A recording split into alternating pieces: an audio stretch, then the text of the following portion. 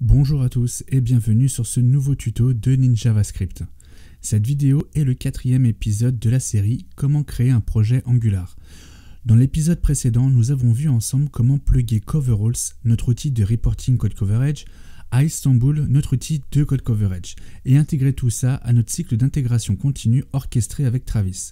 Si vous n'avez pas encore vu ces épisodes, je vous recommande de les regarder avant de continuer à suivre cette vidéo, car vous risquez d'être un peu perdu lorsque l'on va parler du cycle d'intégration.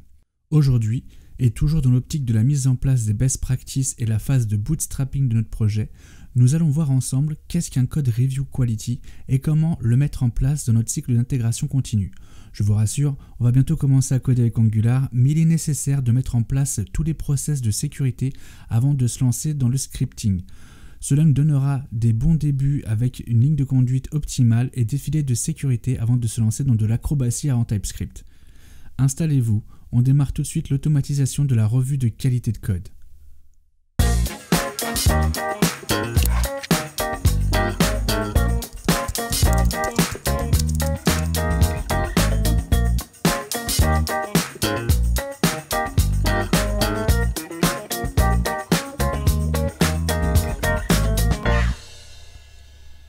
Qu'est-ce que la revue de qualité de code?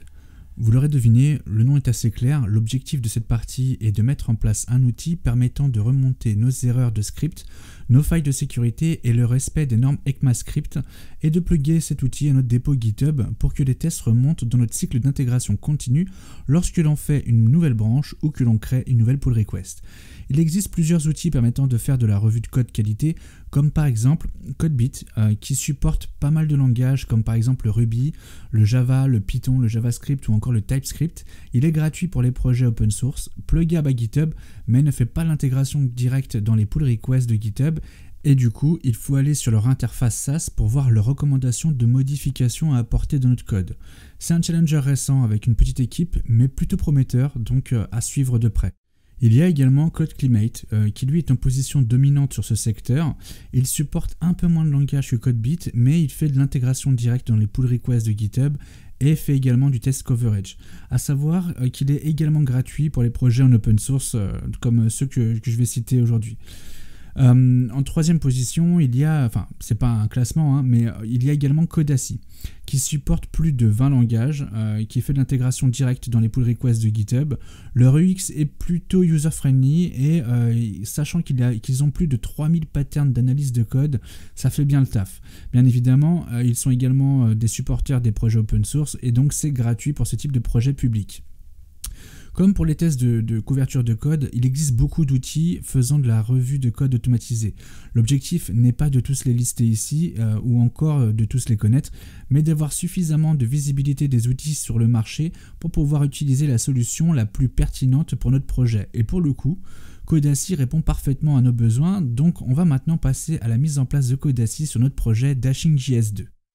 Donc pour mettre en place Codacy sur notre projet Dashing.js 2, on va devoir passer par Google, on va aller sur le site de Codacy, codacy.com, on s'identifie avec notre compte GitHub, on autorise Codacy à accéder à nos données publiques, mais également normalement à utiliser nos repos publics, donc on l'autorise.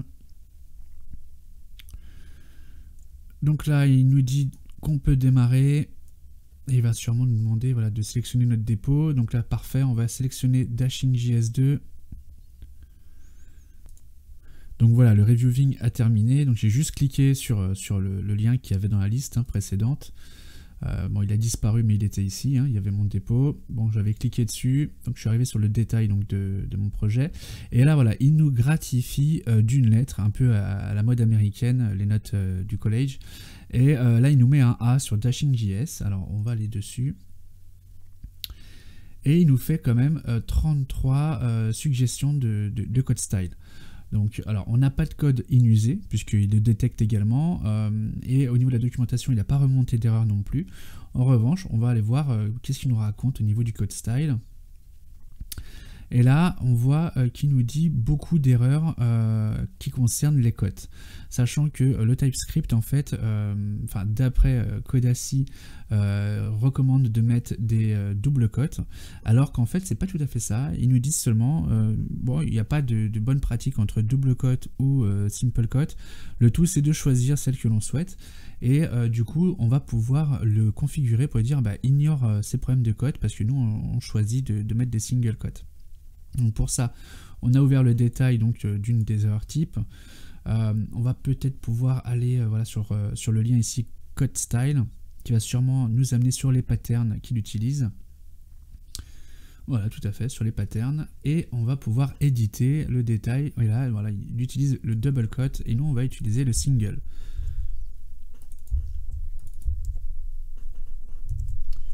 Voilà, on sauvegarde. Donc normalement, on devrait avoir moins d'erreurs. Alors ça, c'est dans quoi exactement? C'est dans le TypeScript, j'ai pas fait attention. Parce qu'il utilise beaucoup de normes différentes. Et là, c'était dans ESLint. Ok, par contre, on va sûrement avoir la même chose avec le TSLint. Alors là, on voit justement tous les codes patterns qu'il utilise sur notre projet. Il va utiliser le TSLint, le StylLint, le PMD, etc., etc. Alors nous, on ne veut peut-être pas utiliser tout ça, sachant qu'en plus, là, il parle de CSS-Lint. Nous, on ne va pas utiliser de CSS, mais on le verra plus tard. On utilisera plutôt du pré-processing. Sur toutes les normes de TS, on va laisser le TSLint, évidemment. StylLint, pas forcément. Celui-là non plus. Et le Jackson-Linter non plus. Donc, on va désactiver tout ça et on va laisser que le TSLint, celle qui nous concerne plus directement. Et on va retourner sur notre projet pour voir combien d'erreurs il nous a remonté cette fois-ci. Toujours 33, alors c'est très étonnant, il n'a pas pris en compte mes modifications. Alors on va aller voir pourquoi, peut-être que j'ai pas dû sauvegarder, on va vérifier. Ou alors peut-être falloir que je leur demande de refaire une passe, peut-être que c'est ça. Ouais, single, donc peut-être qu'il va falloir lui demander de refaire une passe sur notre code avec ces nouveaux paramètres. Alors on va y aller. Hop. Donc on ouvre la pull request sur laquelle il a fait le test. Ah oui, mais du coup c'est pas bon. C'est peut-être pour ça qu'il m'a fait autant d'erreurs. Alors je préfère plutôt aller sur les branches et là on ne les voit pas. Donc ça c'est un peu un problème. Donc, par exemple sur le dernier commit que l'on a fait. Ah oui, alors ça c'était intéressant. Je vais revenir derrière pour vous le présenter un peu. Ici, à chaque fois que l'on va faire une nouvelle modification de code grâce à un commit, nous verrons toutes les erreurs qui sont nouvelles et toutes les erreurs qui ont été fixées. Alors les erreurs ou les recommandations, vous l'appelez comme vous voulez. Et du coup, ça nous permettra de juger si notre code a tendance à s'aggraver ou à s'améliorer. Et donc c'est un bon repère pour vérifier si les commits du coup fixent bien les recommandations que préconise Codassi. Donc on retourne sur notre dashboard et alors le problème c'est qu'il a testé une pull request qui m'intéresse pas. Donc ce qu'on va faire c'est qu'on va créer une nouvelle pull request et avant de la créer on va pas faire une pull request pour rien, on va rajouter le badge de Codassi dans notre documentation à côté de celui de Coveralls et de Travis. Le voilà d'ailleurs le badge et là donc, avec une petite lettre A, donc c'est plutôt cool. Donc on le copie, donc il est bien en Markdown, tout va bien. Sinon il y a différents formats disponibles. Nous on va aller dans notre projet, sur notre branche Develop, que voici. Ensuite on va créer une branche. Donc on va appeler doc plutôt, pas fit. Doc badge Codassi.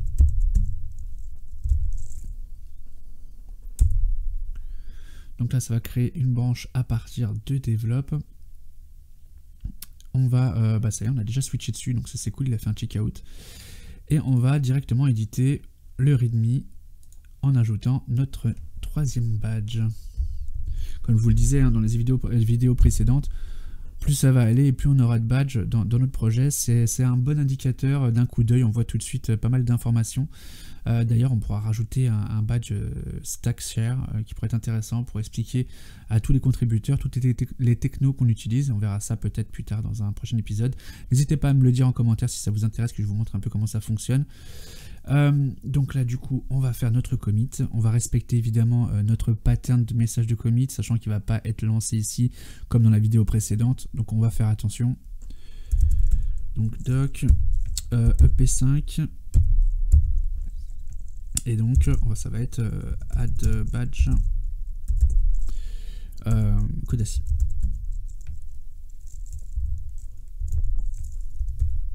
Et on va laisser un petit body dedans.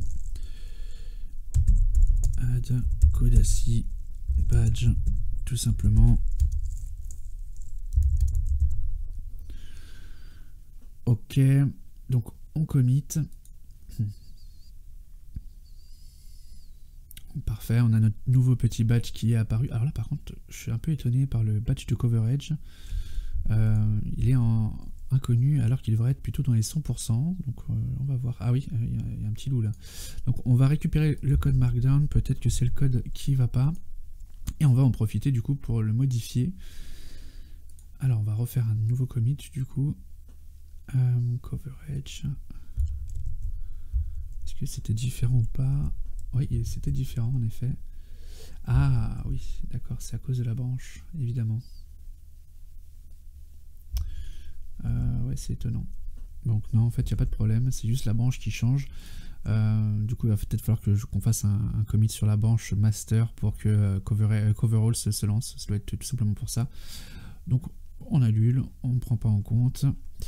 Et on va faire notre pull request de notre branche vers develop. Voilà. Donc on a sélectionné develop comme base. On sélectionne donc notre branche docs badge Codassi, pardon. On vérifie le code qu'on a modifié, évidemment, il n'y a que le badge. Et on crée la pull request. C'est parti. Donc on voit Coveralls, on voit Travis, tout va bien. En revanche, on voit pas Codassi. Ce qui est plutôt étonnant, normalement on devrait le voir. Alors peut-être qu'il va se lancer un peu après, donc on va attendre, je vais laisser la vidéo tourner. Ah voilà, le petit Codassi pull request quality review. Donc tout fonctionne correctement, donc c'est plutôt cool. Du coup on va attendre que les tests se terminent pour voir ce que va nous remonter Codassi comme message. Alors sachez qu'on peut tout à fait mettre Codassi également en required, ce qui veut dire que si Codassi remonte que la qualité du code est insatisfaisante, ça peut bloquer le merge de notre branche sur develop.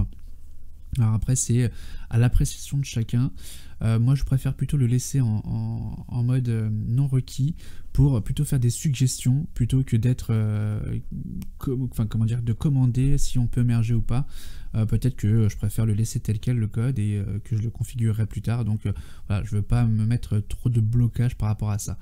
Donc je laisse tourner, je coupe la vidéo et je reviens dès que c'est terminé pour vous montrer ce que Codassi va remonter comme erreur. Alors, le cycle d'intégration continue est toujours en cours, mais je viens de voir que Codassi a remonté une erreur. Donc on va aller vérifier pourquoi. En cliquant ici sur détail. Et il nous dit qu'il ne peut pas analyser develop et qu'il faut l'activer. Alors, ah bah oui, exact. En fait, Codassi, il faut lui dire quelle branche il peut analyser ou pas. Par défaut, il met la branche master. Mais nous, comme on travaille sur un guide flow à double branche, du coup, il faut également activer develop. Et là, il nous met directement le grade A, donc c'est plutôt sympa. Par contre, je suis pas convaincu qu'il va relancer le cycle d'intégration. On va rafraîchir pour voir. Et non, donc il va falloir que je le relance directement par Travis. Alors, du coup, je vois également que Coveralls n'a pas terminé ses tests, donc on va couper la vidéo et attendre que tout ça se termine. Voilà, c'est bon, donc tout le cycle d'intégration vient de se terminer. Donc on voit que Coveralls a terminé ses tests et également Codassi. Alors, on va aller voir ce que Codassi nous remonte maintenant comme information.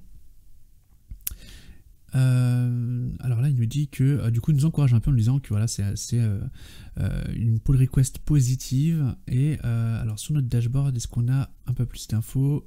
Eh oui, on a plus d'infos, on est à 0 issue. Parce qu'on a ignoré justement cette partie de double cote pour laisser place au single cote. D'ailleurs, concernant le single quote, alors je vous ai parlé tout à l'heure que le TSLint nous laissait le choix de choisir quel type de quote on pouvait accepter ou non. Et Angular CLI, donc quand on l'installe, nous rajoute justement cette configuration de TSLint qu'il préconise. Et alors attendez, je vais vous la montrer. Et justement, ici, dans le TSLint, on a la configuration justement des cotes et Angular CLI l'a défini à single. Voilà pourquoi nous avons ignoré les cotes directement dans Codassi. Voilà, cette vidéo est maintenant terminée. Dans le prochain épisode, et toujours dans le cadre de la mise en place des bonnes pratiques, nous resterons dans le domaine de l'intégration continue et nous verrons comment mettre en place Snike, qui est un outil de vérification des dépendances afin de s'assurer que l'on utilise des packages de confiance. J'espère que ce tuto vous a plu, n'oubliez pas de liker la vidéo. Vous pouvez également vous abonner à la chaîne pour rester informé des prochaines vidéos. Merci à tous et à bientôt.